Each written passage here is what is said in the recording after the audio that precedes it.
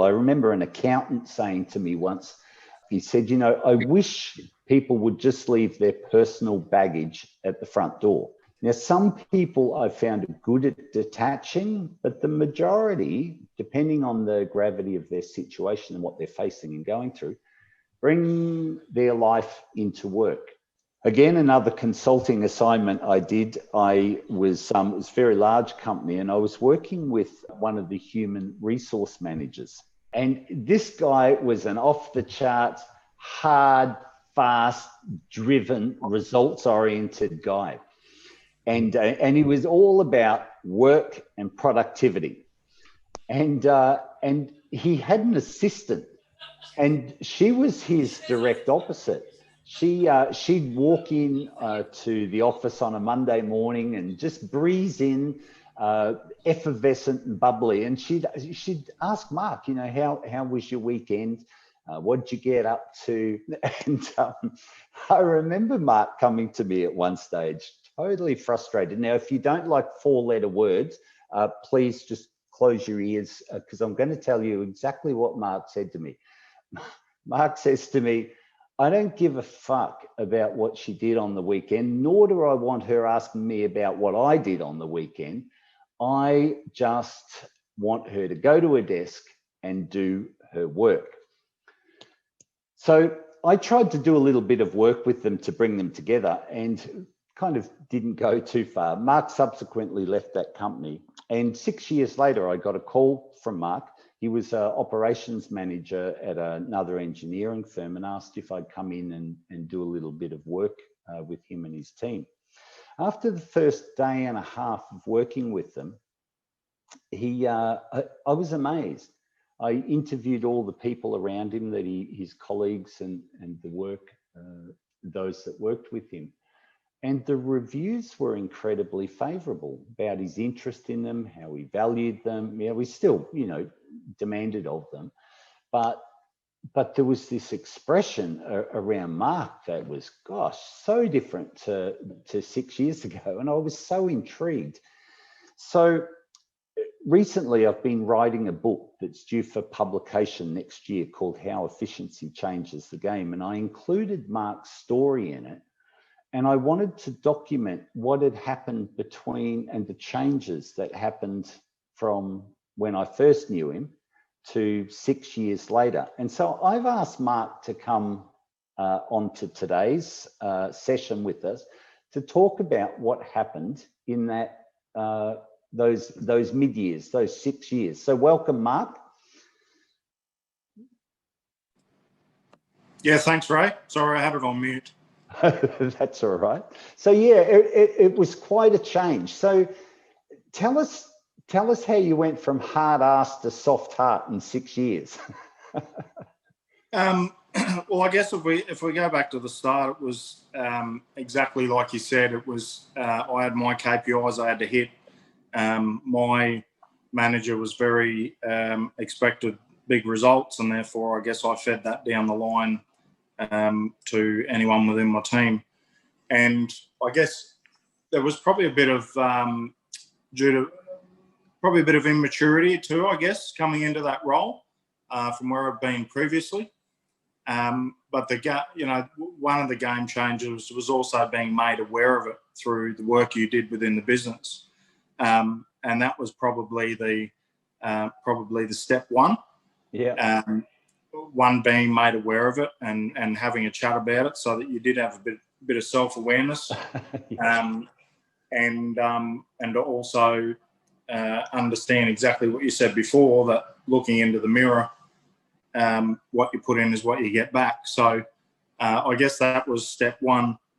After leaving that business for no reasons orientated with the team or anything, just a life choice. I was working for a civil construction company, and a rather large company. I think at one stage we'd had about 1,800 employees and contractors within the company at one stage. So a lot of a very busy company, so to speak. And it was, I guess, one day after being there for about 12 months or so, and me trying to work on on myself and the way I approached people and situations and taking an interest in anyone else. I actually set out within myself to at least ask one person every day how the day was or how things travelling. That's awesome. Yeah. And through that process, I come across a diesel fitter one day walking through the yard, and we sort of met at the back of a ute, a dual cab Hilux mine spec ute. And as we leant over the side of it, I said to him, "How's your day going, mate?" Just making a bit of small talk. And he sort of, I can still remember the look in his face when he looked back at me, and he said, "Oh, not real good." And I said, "Oh, mate, what's happening? Tell me about it." And his next response was probably, I would say, step 2 in reassuring me that it is so important to ask people and take an interest in how they're travelling, because it only takes 5 seconds to do that. His response back to me was, well, while I was driving in from site, I was literally lining up the trucks and picking out which truck to drive in front of. And I sort of paused and had to process that really quickly because I didn't want to look like a deer in the headlights. Yeah. And I sort of went back to him and said, "Well, mate, what do you mean by that? Tell me a bit more about that." And he said, "Well, mate, I had the truck lined up. I was doing 100k an hour. Truck would have been doing about 100k an hour, and I was all but about to do it." And I could tell by this guy's face that he was dead serious. There was absolutely no mucking around, and I straight away thought, well, I need to dig deeper into this. So we stood around the back of that ute talking for some 20 minutes, half an hour, going back and forth, and in the end I said to him, "Well, mate, how can we as a company, how can I as an individual basically help you get through that and have a different outlook on life? Like, how can we support you as an employer?" And I went through a range of things. Do you want to catch up and have a chat and rah. And the biggest thing for him was, I'd said to him, let me line up some counselling for you. Let me see, if we can put you in touch with a counsellor or a psychologist. To which he agreed to, but in him agreeing to it, he had one demand, and which was he wanted myself to accompany him to the counselling appointment, and not just to the appointment, but he wanted me to be his support mechanism in the appointment. Wow. Initially, I didn't think too much. I was, yeah, mate, whatever, because I was just, once again, goal orientated. Yeah. With trying to support him and get him in touch with the right person to sort of talk through that part of his life. In the initial, without diving into any confidential information about the consult, the appointment, in the initial conversation, it became very aware to me that if I had not stopped on that day, which was the day previous, if I had not taken that 5 seconds to ask one guy how his day was going, how he was travelling, he potentially was not going to be on the face of this earth that next day.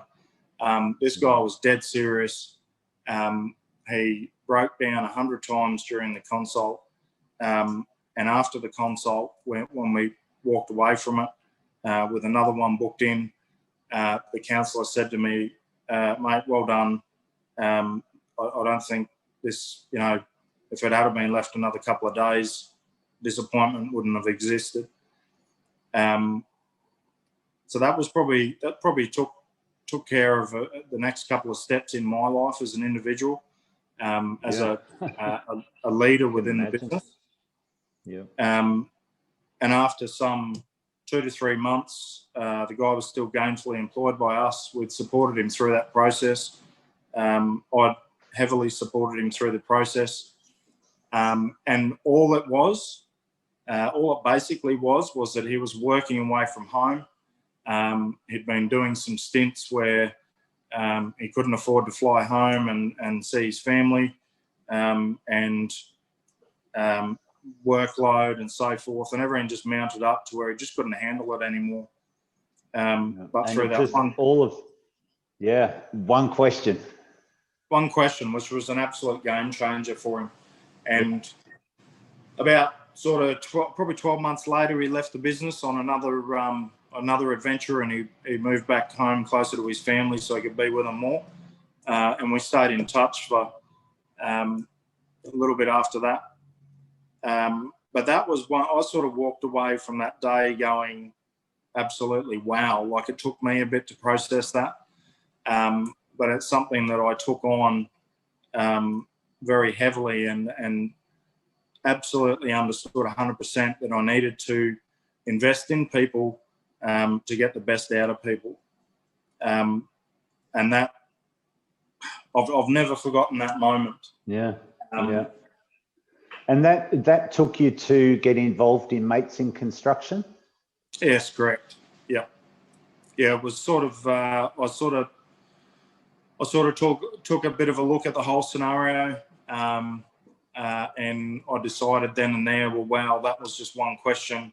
The Mates in Construction absolutely coincided with asking a mate how he's travelling, whether it's personal life or work life, and taking that 5 minutes to ask the question if you're okay.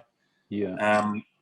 And through that process, I think that actually developed me in more ways than one would think. It wasn't just about preventing suicide, but it was 100% about the best way to approach a person, the best way to walk up to a person and have a casual conversation, even if you don't know them from a bar of soap, but to be able to invest in all different types of people, no matter what their nature is, no matter how my nature reflects with them, but just to be able to engage in that conversation. Yeah, that's awesome. And so when I met you some 6 years later, and your team gave, such good reviews, what would 3 things that you took out of that experience that into that new team environment where you were, that you would have actually implemented for them to actually feel such value? Was it just asking them how they're going, or was there more to it than that?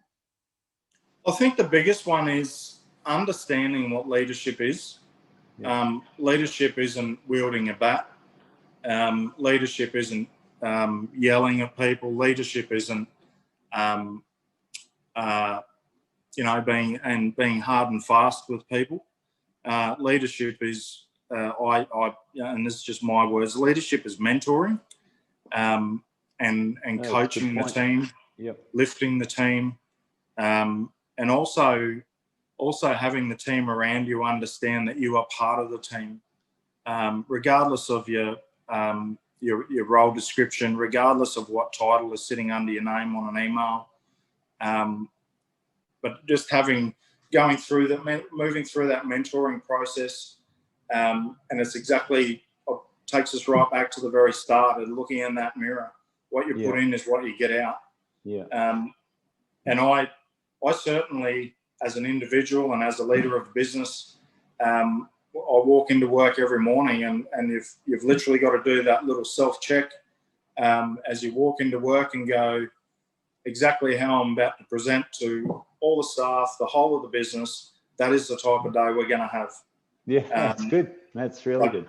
Absolutely, without a doubt. So, Mark, your style back when I first knew you, as I described, was hard, fast, driven, results-oriented productivity.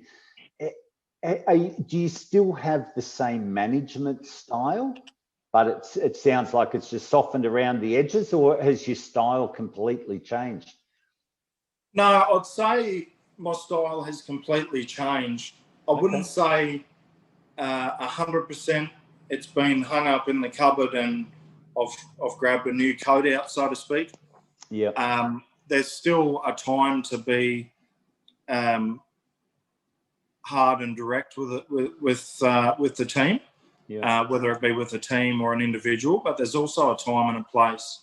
And I guess to where we are now, to where 6 years after that event, I'd learnt the lines in the sand and got to understand it a lot better through understanding myself better of, one, controlling emotions, two, deploying the right emotion for the right situation, and two, understanding that just because I've got something going on, it doesn't mean someone else has something going on that isn't bigger than what I've got going on. So I would say my leadership style has developed, and it's developed to a level where it gets positive results.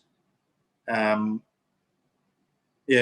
say damn well good positive results. Yeah, that's good. Well, I certainly saw that. And just a final question. So would you say that, because that was a question you've answered in a sense of, holding the balance of caring for people and showing interest in them with the whole side of performance management and accountability. Have you found that the more people sense the value from you to them, the more they're open to critique and being held accountable for results? Or have you found anything else different to that? Yeah, very much.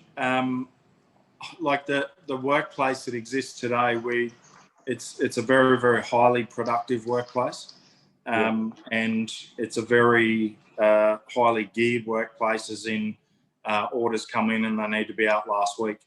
The team today, they 100% know the expectation.